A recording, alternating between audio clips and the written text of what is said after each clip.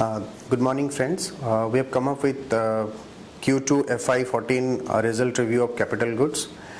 Flat sales growth in our universe, while BHEL continued to underperform. We believe within the coverage space, L&T grew with a 10% of sales growth, while BHEL declined by 15%. Hence, ex-BHEL there is a growth of 9%, but if you include BHEL, there is a flat sales growth for the universe. In the mid-cap space, KPTL surprised positively with a strong sales growth of 35%, whereas V-Guard unexpectedly there is a slowdown in its sales, primarily because of the electronics segment. On the operating profit side, the difficult operating environment continued. Cumulative operating profit margin of our coverage universe stood at 7%. That's lower by 516 basis point YOY basis, but contained consequentially. Cost control attempts were visible in many companies where gross margin remained healthy. In case of L&T, KPTL and Thermax, they managed to sustain their operating margin somewhere around 9 to 10% range, whereas BHEL disappointed severely. Ex-BHEL, OPM improved sequentially to 90 basis point, as I said, because BHEL disappointed. But it was 73 basis point, just down 73 basis point YOY to 8.9% in. Below operating line, there is an interesting trend that other income has significantly gone up.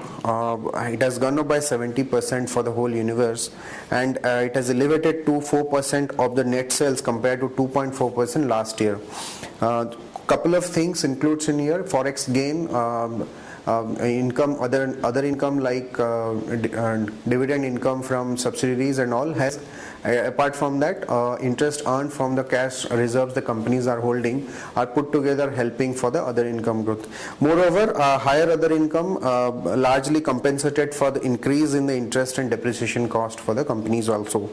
Ex-BHEL, hence PAT grew by 15%, while total universe declined by 33% because of the poor performance from BHEL. Order inflow scenario, if you look at, it has continued. It is continuing in the same fashion, where it is lopsidedly grown by L&T.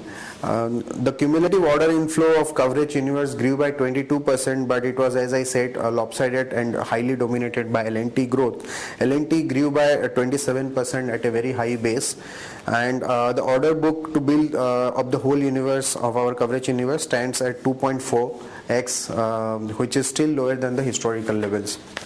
On a outlook side, what we believe is the overall macro environment for capital goods, it's still not fair, still not good. So we prefer L&T, and primarily because it's it's because of the business and geographical diversification and the order winning record the company has shown. So continue to remain positive in L&T, which is our top pick. Thanks, friend.